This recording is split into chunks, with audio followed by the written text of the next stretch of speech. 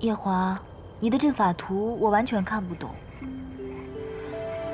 当初我在昆仑虚跟着师傅学艺的时候，阵法在我生物的课业中排名第10。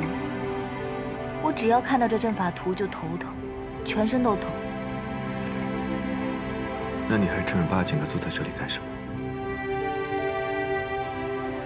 我之前是担心你的手拿笔不利落，不过看来你拿笔的姿势还挺好看的，就想多看几眼。娘亲，娘亲，我的团子回来了，自己拿这么多东西，让他自己来。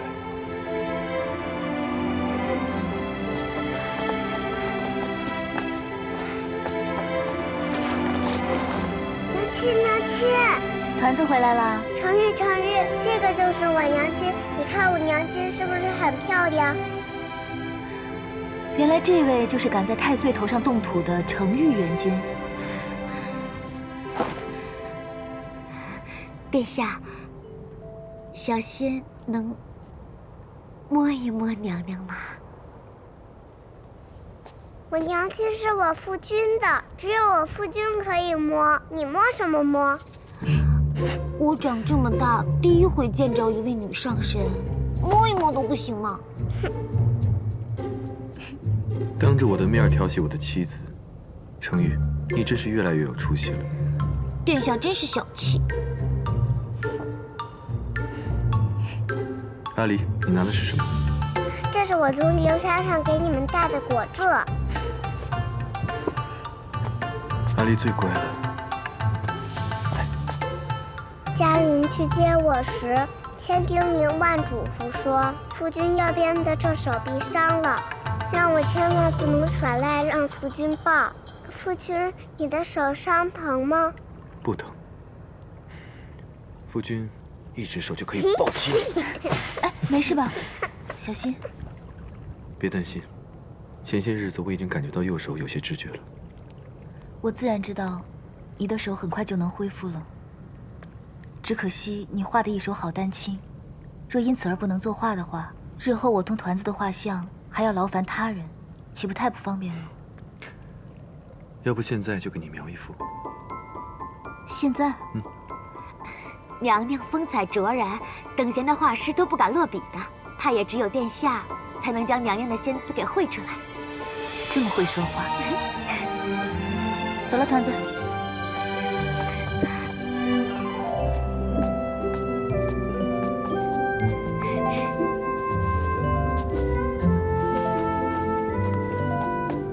陈玉，哎，你也过来坐吧。好。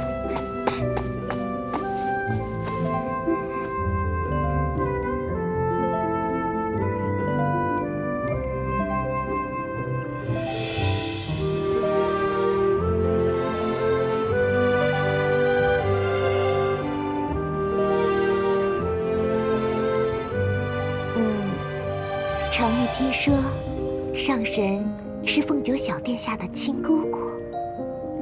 不错。哦，那小仙斗胆，请上神给小殿下捎个口信儿，说我在九重天遇到了麻烦事，要劳烦小殿下上来一趟。我即刻托人给他捎口信便是。不过他近来心情不好，会不会来我就不知道了。哦，这就不劳烦上神费心了。我跟小殿下的交情啊，深得很。你们竟如此熟吗？没有，缘分，缘分。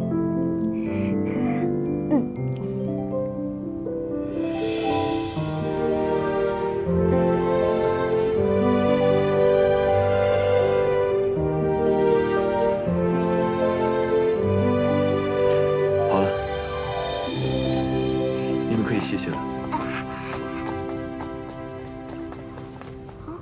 殿下，小仙坐了这么许久，脖子都快歪了，怎么连小仙的一片衣角都没有啊？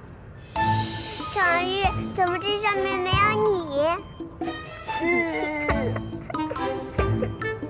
夜华他近来体力不济，一只手作画很累的。你多体谅他。体力不济，体力不济是什么意思？是不是夫君虽然抱得起阿离，却抱不起娘亲？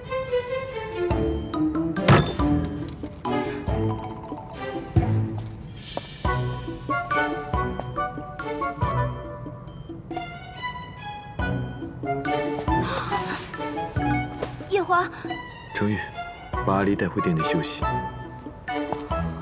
夜华，是。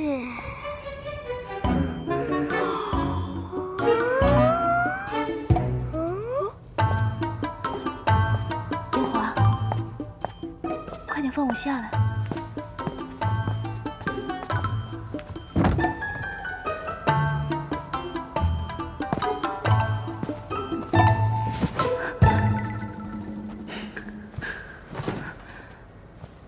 夜华，方才我不要去一览芳华，你不要介意。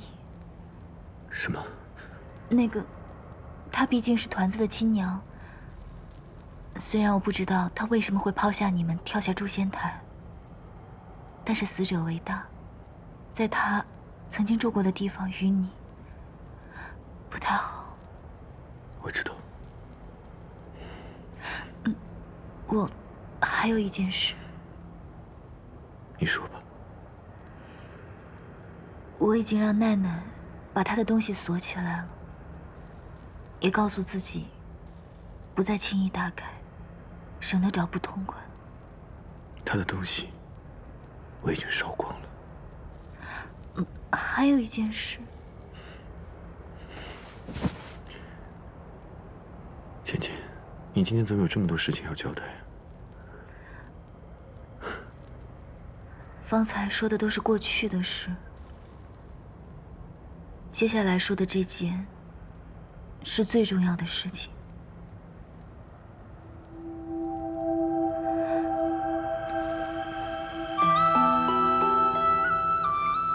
你还记得我在西海的时候同你讲过想要与你退婚的事情吗？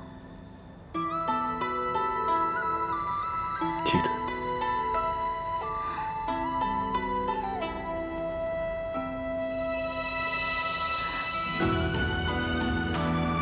那个时候，我没有瞧清楚自己的真心，说的那番话，你莫放在心上。如今我们两情相悦，自然是不能退婚的。我在西海闲来无聊的时候，算了算日子，9月初2那天，一嫁娶，一兴土，总之，是个万事皆宜的好日子。不如，你同爷爷讲，我们在那天把婚事办了吧。你方才说什么？我知道，我这样说显得不太稳重，由你去提是不太好。不如我让我阿爹阿娘去，毕竟是婚姻大事，老人家说会显得比较稳妥。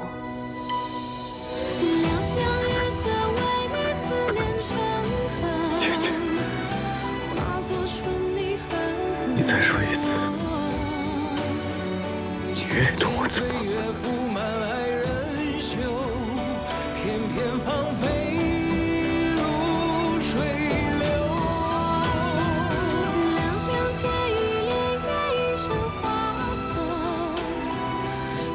夜华，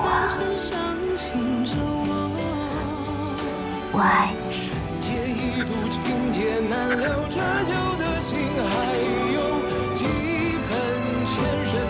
我真的爱你。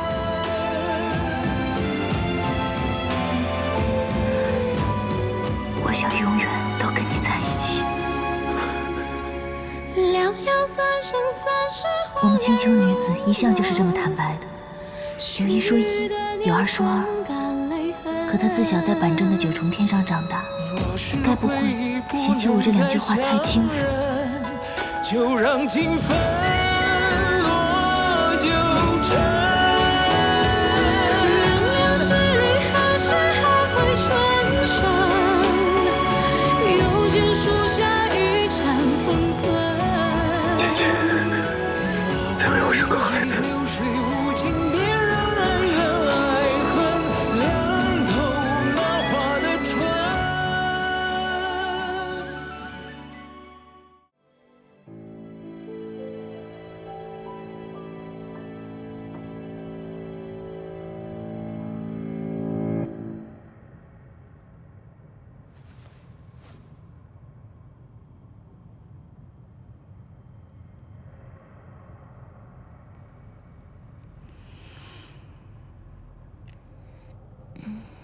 怎么还不睡啊？我都快让你折腾散架了。芊芊，嗯，如果真如李靖所说，墨渊上神元神一旦归位，东皇钟上的封印也会减弱，金苍破钟而出，那时你会怎么做？怎么了？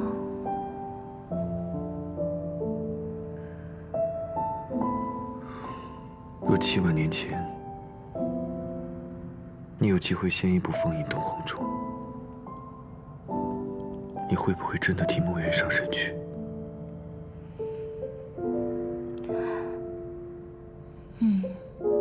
师父待我恩重如山，我有机会替他去，当然会去了。昆仑虚任何弟子都不会犹豫的。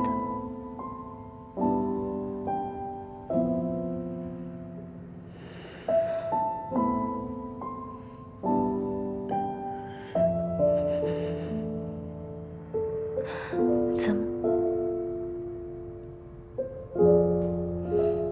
睡吧。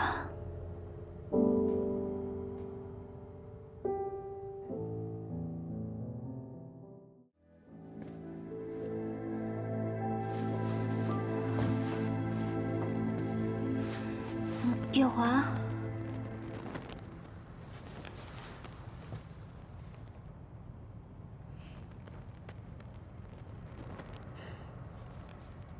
笑什么？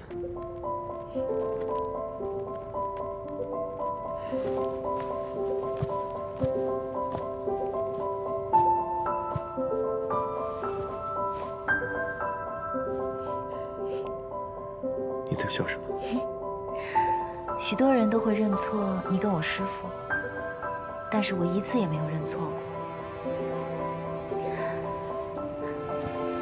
除了初次见你在东海的时候，我愣了一下神。你跟师父还是很不相同的。是吗？嗯。师父的眼睛呢，不像你这般漆黑，不像你这样谷水无波的。你说你在神仙里面也算年轻的，怎么这样老成，显得比东华帝君还要老成？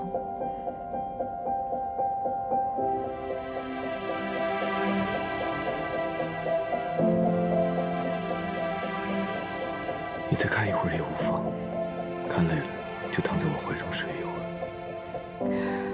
天都亮了。那你要起来还是再睡呢？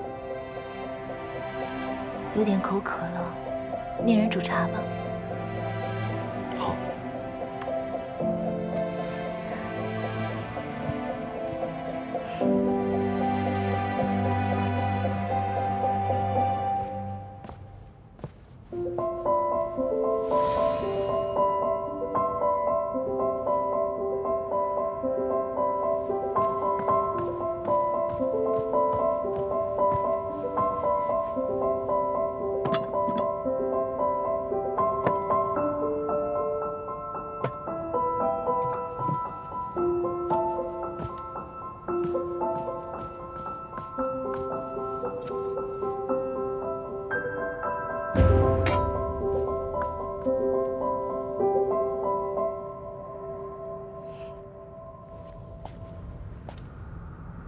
从今日起，你派人时时留意东皇钟，如有异动，立刻来报。君上的意思是，那擎苍要出来了？这件事你不需要清楚，你只要记住我的话，只要东皇钟有异动，不要惊动任何人，立刻来找本君。是。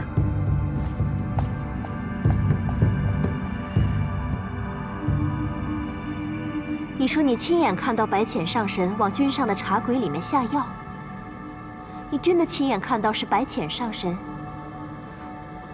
奴婢不敢撒谎。怎么可能？他跟夜华是有婚约的，不至于如此啊。对于这位上神和君上的事，素锦始终有个疑虑在。难道娘娘没有吗？你在疑虑什么？你先退下。是。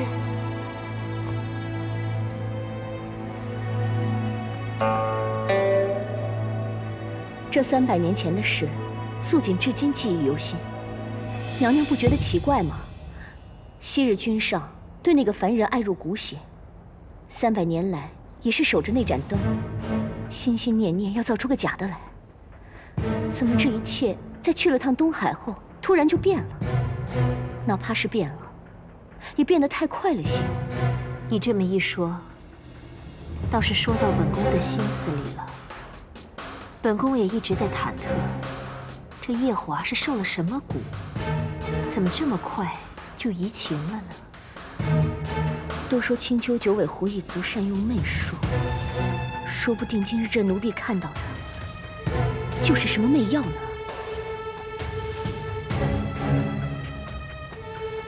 现在，这都是猜测。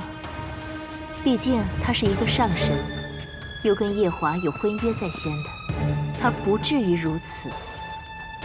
就算夜华对他无情，也是要娶的。有件事，娘娘恐怕不知。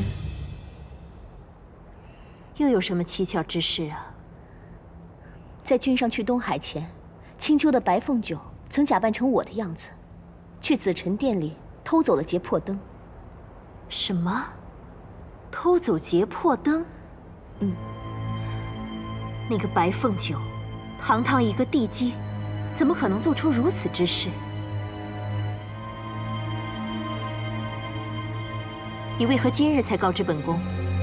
当时三殿下和司命特地来替他赔罪，说是他不懂事，胡闹着玩才偷走了灯，还拜托我千万不要追究计较。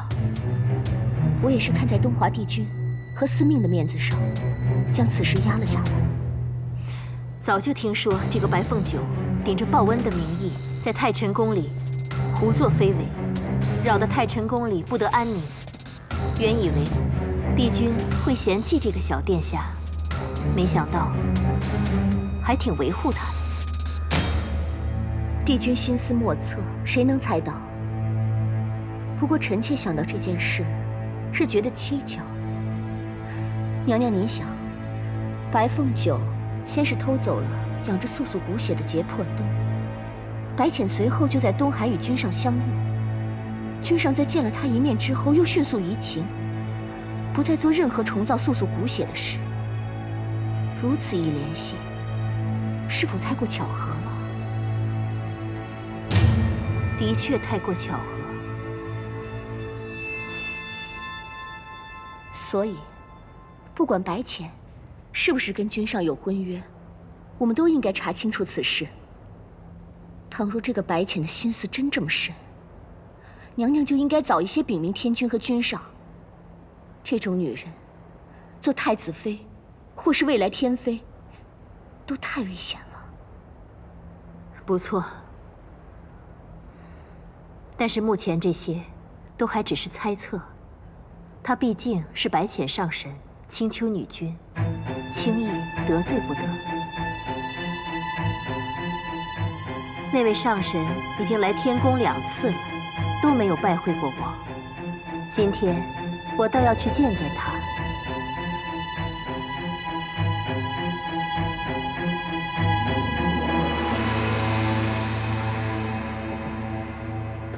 娘亲，你看得太快了。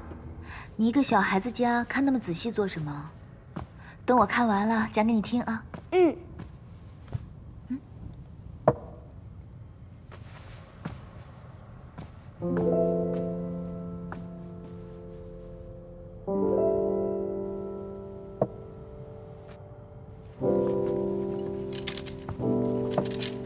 娘娘，都起来吧。孙儿见过阿奶。快起来吧。是。臣妾见过君上，见过上神。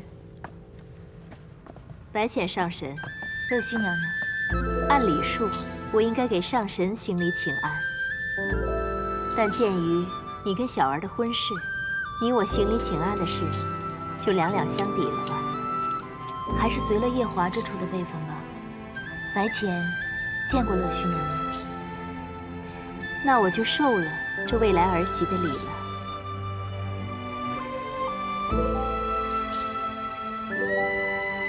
君上，夜华，你看你总忙于政务，茶都没来得及喝就凉了。母妃让人再去沏一杯新的给你，好不好？何必如此麻烦？此茶的温度正合儿臣的胃口。哎，那茶不能喝。这茶有什么问题吗？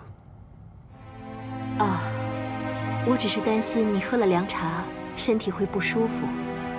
你毕竟才刚大病初愈，万一喝了凉茶，身体又病了怎么办？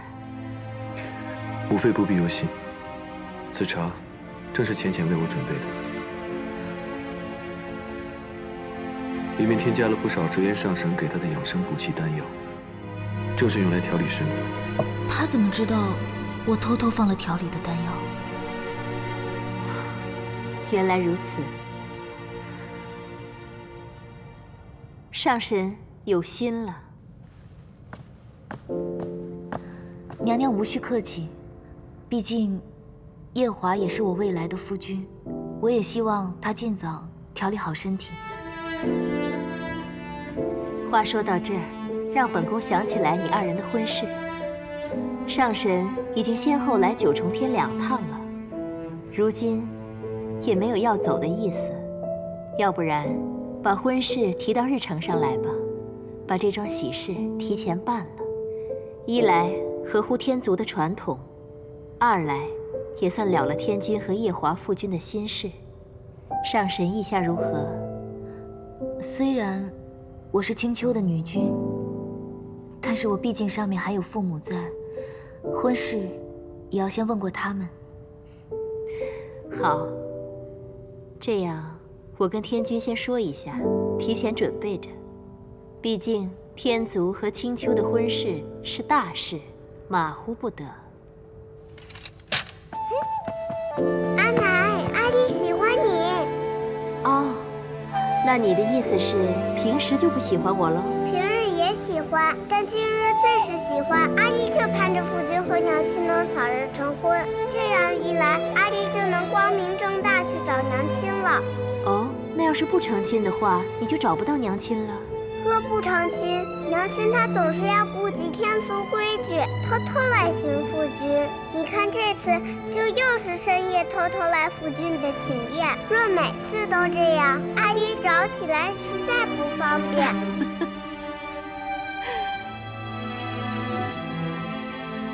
夜华，怎么总是不讲话呀？正如母妃所言，此乃天族和青丘的大事，须得由天君和胡帝商谈，急不得。你心里有数便是最好。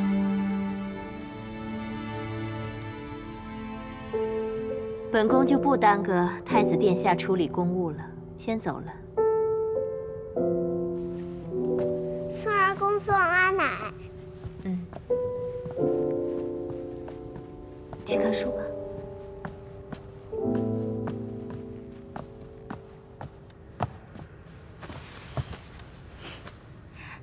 你怎么知道我在你的茶里面下了调养的丹药啊？连我母妃都晓得这茶有蹊跷，我若不清楚，岂不显得昏庸无能？哎呀，原来乐须娘娘来就是为了这个事情啊！我说她怎么来的这么匆忙？你们天族规矩真多，心思真多。怎么如此看我？没什么，只是觉得这一趟东海瀛洲去得值。如今你与我说话，都活泼了不少。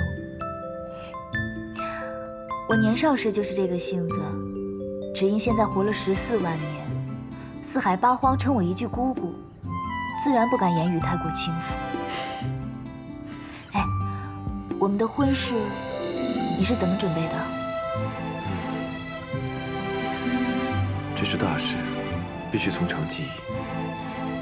这几日东华帝君刚回来，有许多事要跟天君商议。待过几日，天君空闲下来，我亲自去与他奏请王婚。要等这闷葫芦，不知又要等到何时。我先去和几个哥哥招呼一声，让他们在阿爹阿娘跟前说说，免得日后闷葫芦去了被刁难。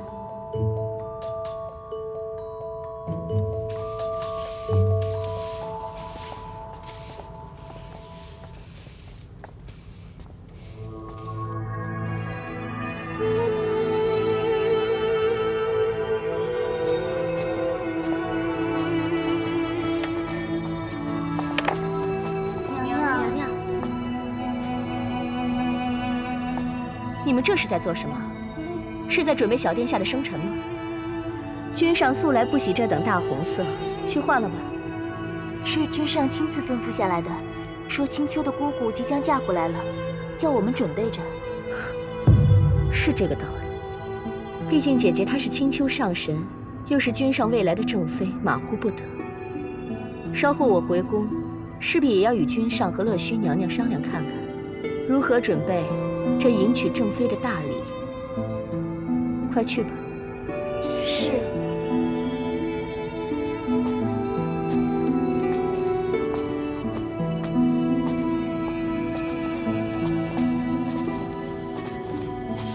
娘娘，当初你嫁入这洗梧宫的时候，就没有什么拜祭天地的礼，您还不如做天妃的时候呢。我对夜华是自小的情侣，赤心日月可见。日后谁是这洗梧宫真正的女主人，还不一定呢。是，娘娘。夜华，你已经打定主意完婚了？那我们商议一下，这聘礼，还有迎亲的礼仪，这可是大事啊。是。父君莫要高兴得太早，夜华还需下凡间历个劫。为何要历个劫？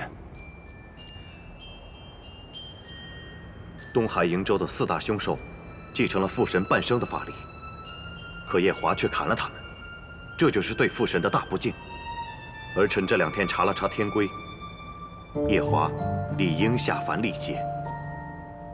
旁人都不计较了，你也就不要再计较儿子犯下的小错了。天族有天族的规矩，犯了错理应受罚。正在说着高兴的事，你这也太扫兴了。夜华，你父君说的对，毁了父神的东西，是要去历劫的。孙儿明白。不过你毁了神之草，这功过相抵，本君就罚你下凡，但不去历劫，让司命在你的运部上留个空白，因缘际会，这都是上天说了算，你以为如何？孙儿遵旨。不过是历劫，最多2个月就回来了。依照夜华和青丘白浅的身份，怕是夜华返回天宫了。你们的聘礼啊，还没准备好呢。父君说的是，我这就去准备。姑姑，你真的要嫁给太子殿下呀？反正迟早要嫁的，早一些又何妨？没，我只是惊讶于你和夜华这天雷地火的情谊。你要嫁就嫁，四哥可不敢说什么。青丘和天族联姻这种大事，不能只是我们青丘一厢情愿。这件事情就是夜华的母妃先提起来，我才回来说的。哦，原来是乐须娘娘。不过，二哥，你看你，这亲事都定了，不就是成个婚吗？你怎么疑虑如此多呀？那墨渊呢？师傅，一日为师，终身为父，这件事情确实要告诉师傅的。但这件事本是天君跟阿爹定的，师傅应该不会说什么吧？更何况，他应该还不知道我是女儿身呢。天真呐，太天真了！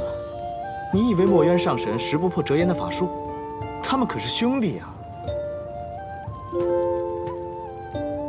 我还一直以为你心中的人是墨渊。二哥，这玩笑可开不得。师父与我有渡劫的救命之恩，有传道授业的师徒之情。他对于我来说，可是像阿爹一样亲的。哪怕有一日让我带师父去受死，我也不会说什么的。但我心中的人只有夜华，这是千真万确的。好，既然你很清楚自己想要什么，那二哥也就不拦着你了。只是这亲事已经定了这么久，你忽然如此急做什么？还不是因为夜华他带我去瀛州，用自己的修为去炼了那些丹药，救了我的师父。如今他已经没剩下多少修为了。我是担心他万一要继任天君，受不了那9道天雷、81道荒火的大业。他继天君之位和你们成婚有什么关系？自古以来都是继任天君和天后一起承受这个业的。如果我能跟他成婚的话，就可以跟他一起来受这个业了。这还不是夫妻呢，就夫妻情深了。小五真不愧是我们青丘的人，忠贞，太忠贞了。好，那明日二哥就修书一封，着人给阿爹阿娘送去。谢二哥，那我先走了。好，你去哪儿啊？此处才是你青丘狐狸洞。团子还小，夜华又要整日忙于公务，我得回去照顾他。那二哥和四哥呢？你就不理了？你别理他，你先去吧。是二哥，我先走了。嗯。你瞧我们这后娘当的可真是地道，只可惜啊，夜华宫中还有一个实打实的天君赐的侧妃，她和小五终究做不到红烛双影一双人。对了，我还有一件事情。哦，什么事？我就要嫁去天宫，我身上这5皇之一的地位就要传下去，端没有既要做天妃，又要做女帝的道理。道理虽然是对的，只是爹娘只生了我们5个，这青丘5皇5帝断然没有一人身兼2个地位的道理。我的意思是，我们5个中也只有二哥你生了凤九这个女儿，不如传给他。我？好，好主意。不过，二哥是青丘5皇之帝，若凤九真的成了你的地位，这辈分是不是有点乱啊？你先回去吧，这桩事待我与爹娘和大哥商议后再商量。好，那我就先回去了。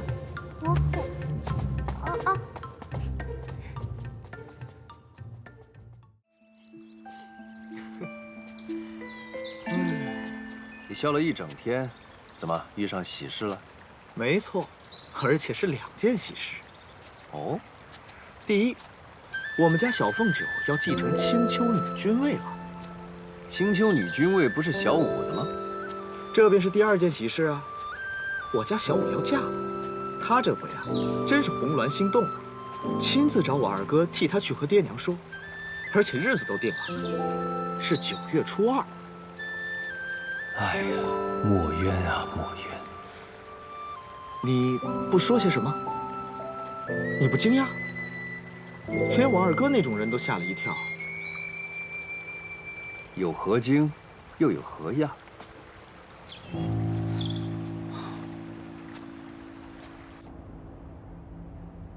不错，夜华的父君已经在拟写聘礼了。本宫也有很多事情要操办。素锦啊，你既是洗梧宫的侧妃，又是这宫里唯一的后妃，要帮忙操持起来。安排宫里的奴婢们都准备起来。真是好久都没有大喜事了。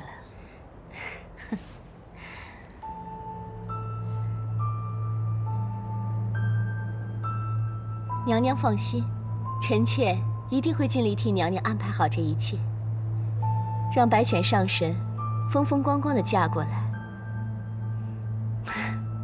不知这婚期是在何时？婚期还没有定。没定。夜华之前不是沉了东海瀛洲吗？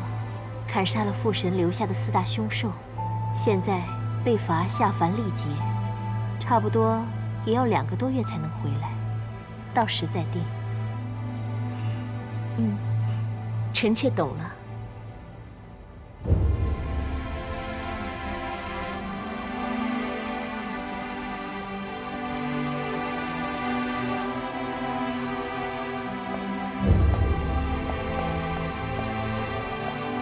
上神，君上可在里面？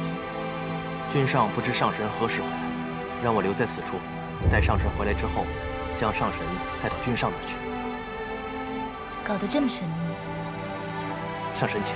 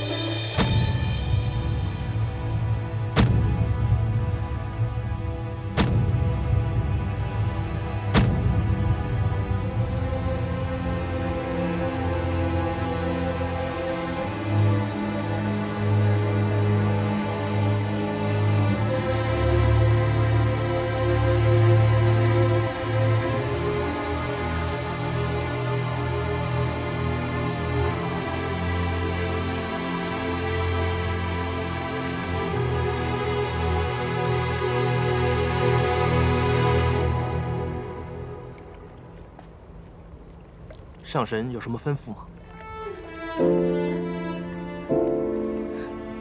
没什么。这莲池，我以前也来过，为何今夜雾如此大？这是君上特意安排的。上神，请。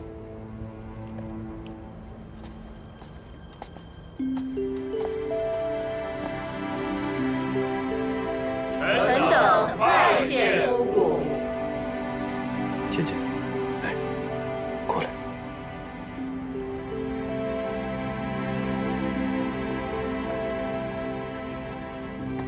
芊芊，这些都是天族各位神仙。白浅见过各位。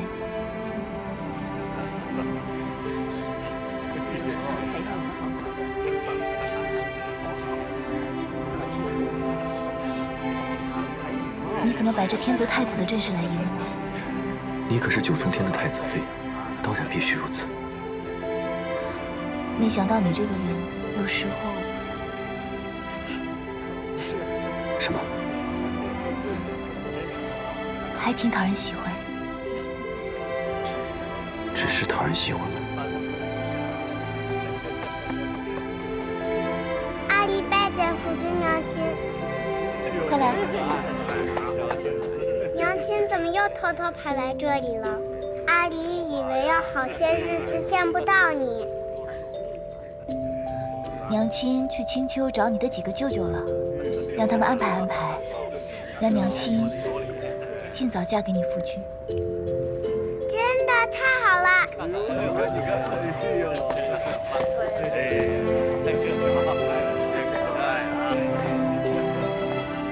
夜华，今日我回青丘见到几位哥哥，二哥已经答应我去跟爹娘说，如果没有大差错的话，9月初2那天我们就成亲了。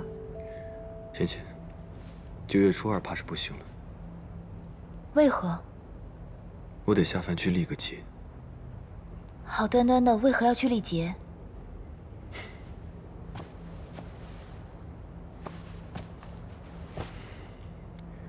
此次下凡，和东海瀛洲那4头凶兽脱不了关系。虽然我毁了神之草是一件大功德，但是杀了那4头凶兽，这是一件大罪过。毕竟他们体内有父神一半的神力，如此功过相抵，还余下不少罪过。我便得接受惩罚，下凡去历劫。竟然是因为那4头凶兽。当初他们伤了阿爹的时候，我就十分不待见他们。看起来，他们真是与我命中相克。所以，你这一去要多久呢？在凡间历60年的生死劫，算起来，也不过与你分开2个月罢了。要2个月啊！你8月初下凡历劫，2个月的话，我们就将婚期挪到10月份吧。10月的话，小阳春也是好时候。只是，虽然对我来说是2个月，对你来说可是漫长的一生。司命给你写的契约你可看了？他不会给你写一个3角4角的多角情吧？此次并非司命写的故事，而是按照天君的意思，在我运部上留白。意愿如何，端看个人的造化了。留白？也就是说，没人知道你将历经什么？不错。那我要嘱咐你几句。你说。就算你这次下凡，会忘了身为9重天太子的身份，忘记了洗梧宫里还有一个没过门的正妃，你也万不能娶别的女子。其他的我倒不怕，我就怕你这次下凡历劫惹一些不相干的桃花来。你也知道，我这个人一向爱恨分明，眼里容不得沙子。那若是我在凡间真的惹了桃花，你便如何？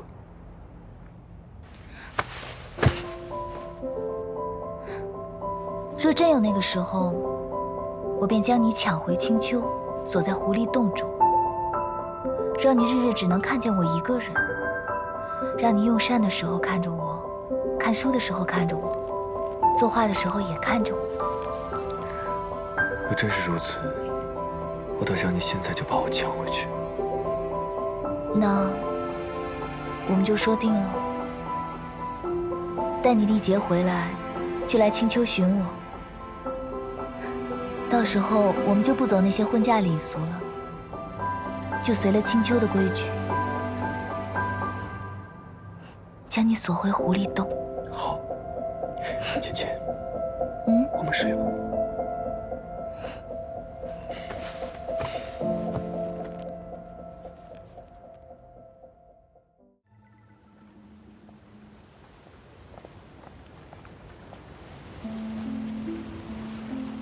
2位上神怎么突然来这里了？你那位17师弟最近要在天宫照料太子殿下，也顾不得这里，所以我和珍珍就来这边看一看。你大哥这几天怎么样？大哥昨夜突然不舒服，折腾了半夜，我还以为会出什么反复，没想到第2天却说周身松快，仿佛多年桎梏一消而散，还吃了不少东西。当真？对。这样看来，要有喜讯啊。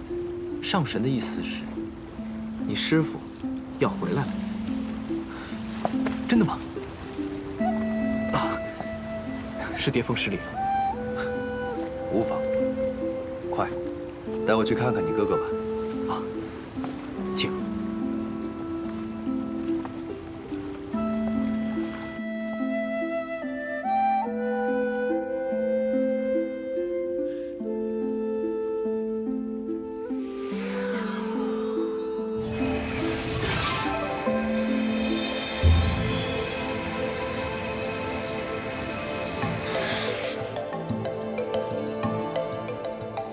果然不出我所料，如今你师父的元神已经不在这里了。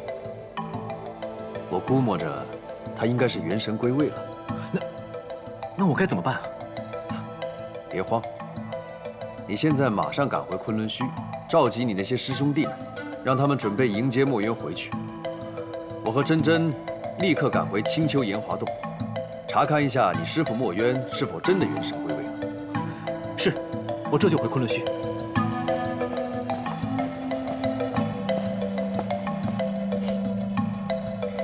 看他的样子，根本不像昆仑虚的大弟子，倒像是个毛头小子。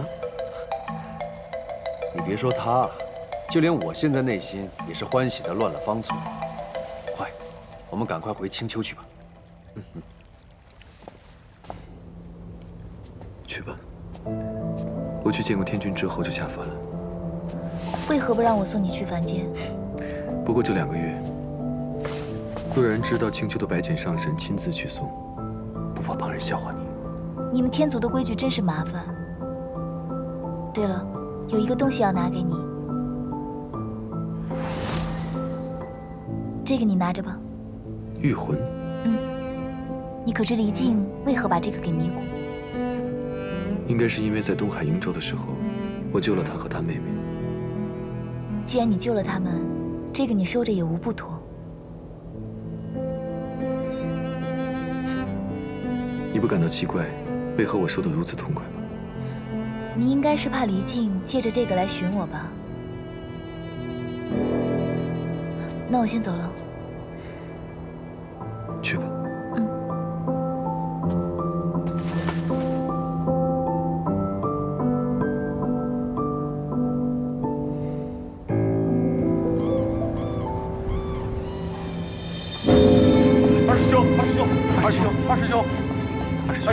二师兄，一听钟声又响了，是师傅，是师傅啊！师傅回来了，师傅回来了，师傅回来好了，这太好了，师傅回来了，师傅，是啊，师傅太久了，对啊。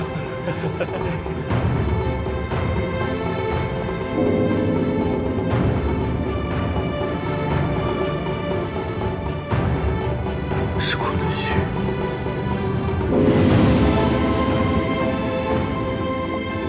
帝君，你可认得这钟声？正如天君所想，这钟声来自昆仑虚。墨渊的回来了。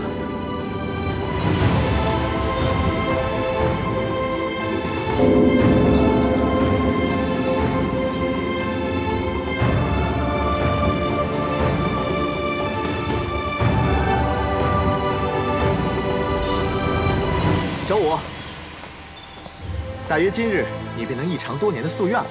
四哥，你是不是也听到钟声了？何止是钟声，我跟你四哥刚从西海赶过来，昨晚被蝶雍折腾了一夜，所以我就用追魂术查看了一番，发现墨渊已经不在蝶雍的元神中，所以特地赶回来炎华洞看看。啊，墨渊睡了这么久，终于在今天挑了个好日子。师父，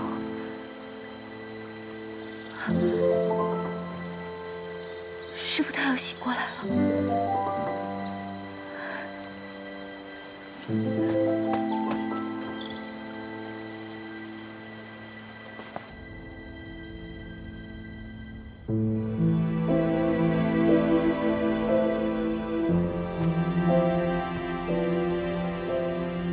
太子殿下，按照规矩，我送你下凡前，你是定要喝下这碗忘川水的。那我们便说好了，待你历劫回来，便去青丘寻我。我们也不走什么婚嫁礼俗了，就随了青丘的规矩，将你锁回狐狸洞。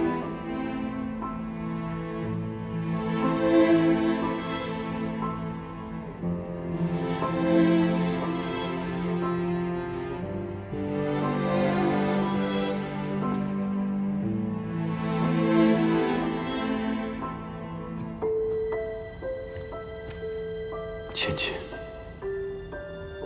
你要等我回来。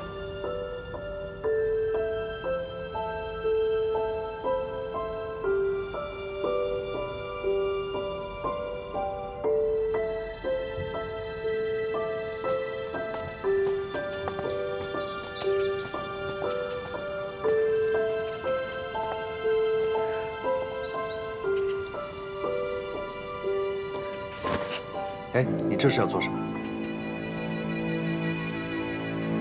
我想让自己变回男儿身。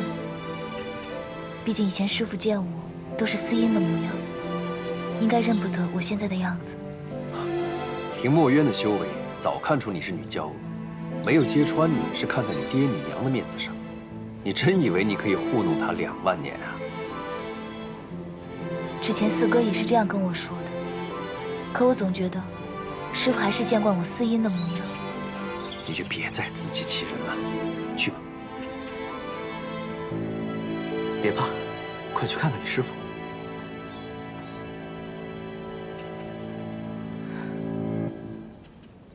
7万年了，四海之内，六合之境，我看着青丘大作喊了779回。7万年，是我白浅人生的一半。我用一半的人生，做了这唯一一件事，就是等着师傅醒过来。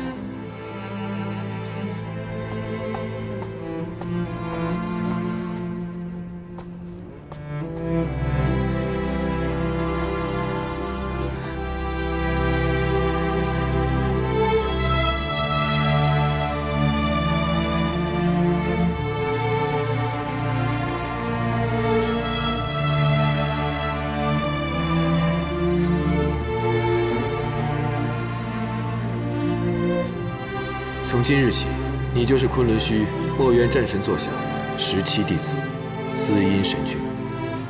师傅不要走。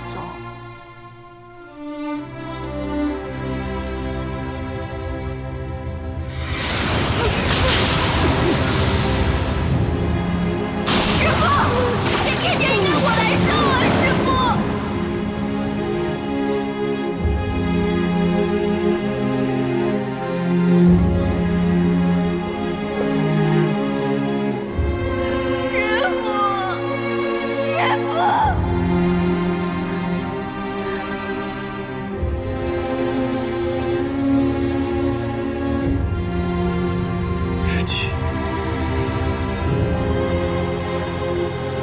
过来让师父看看，你这些年有没有长进。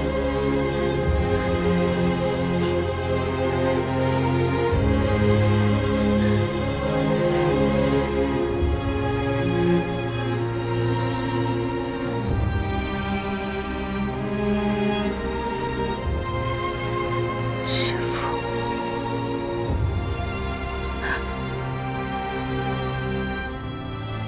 果然是我的小师姐。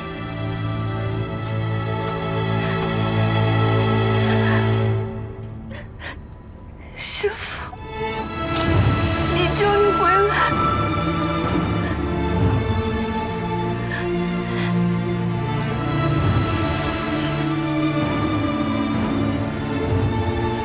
没错，师父回来了。